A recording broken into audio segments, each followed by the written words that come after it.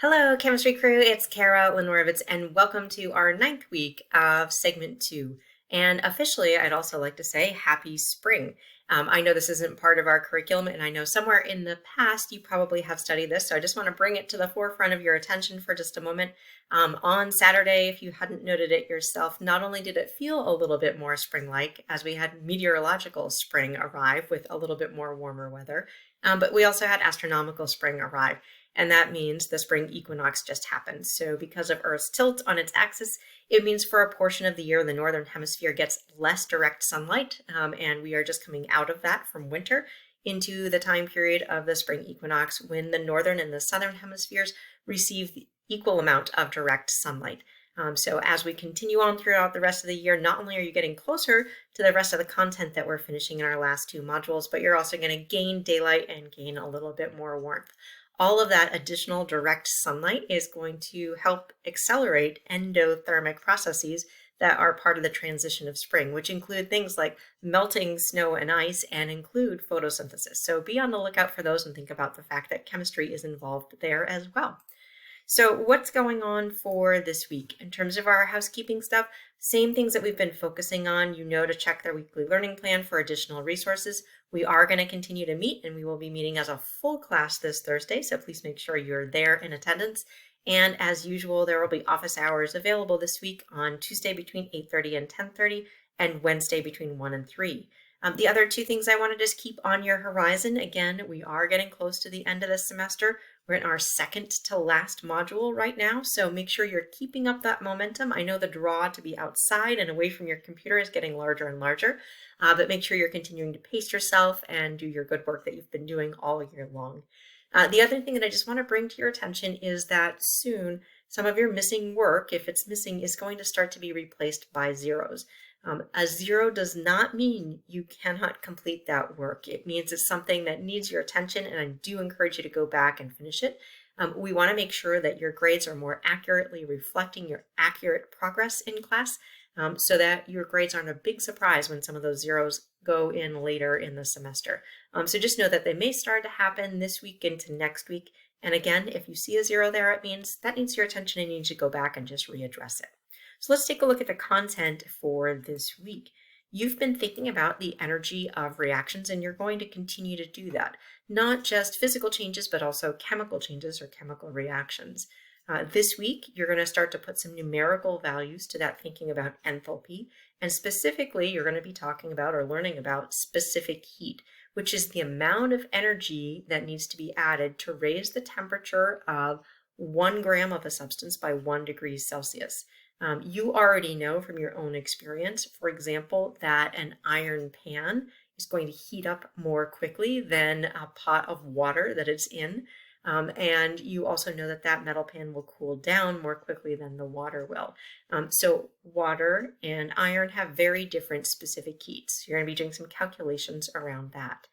You are also going to leapfrog forward, or it's going to feel that way a little bit in Module 7. So you're going to do 7.02. And then you're going to jump right into 7.05 on reaction rates. 7.03 and 04 also continue on energy of reactions. They delve into more detail than we're going to cover this year.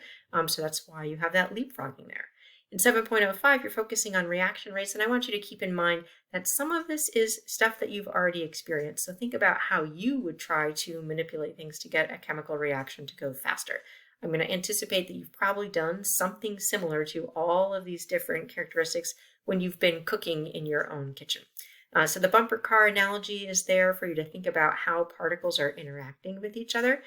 Anything that can get them to interact with each other faster, with greater force, and with better alignment is going to make a reaction go faster.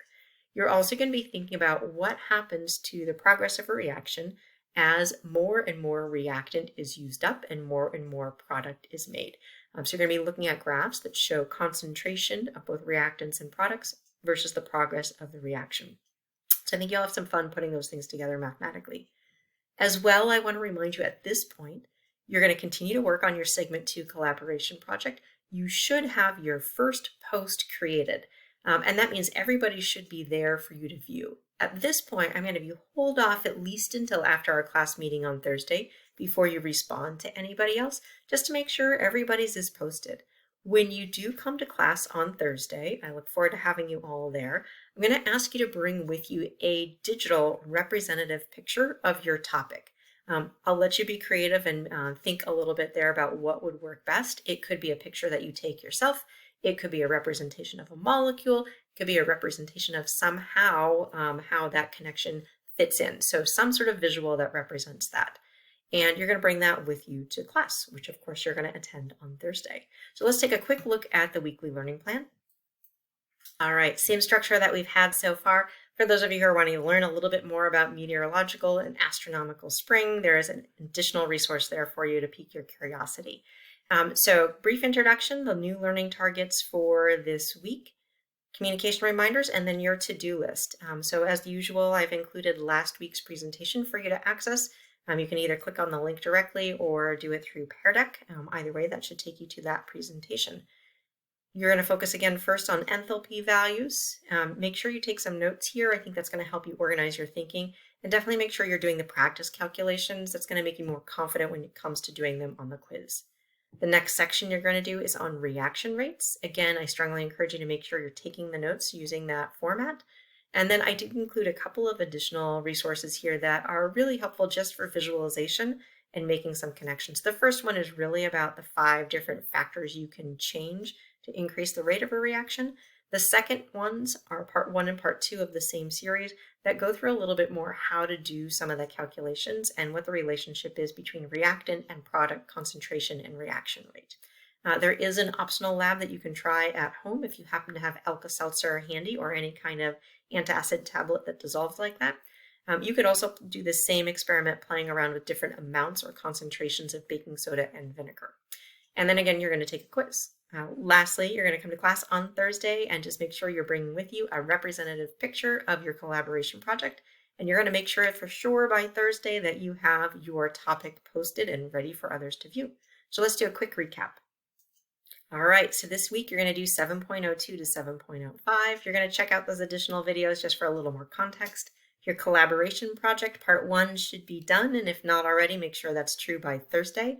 You're going to bring a representative photo or digital image of your topic to class when we see each other on Thursday, the 25th. And then please, again, if you have any questions or need any help, please do not hesitate to reach out for help during office hours. Otherwise, I will see you on Thursday. Have a great week.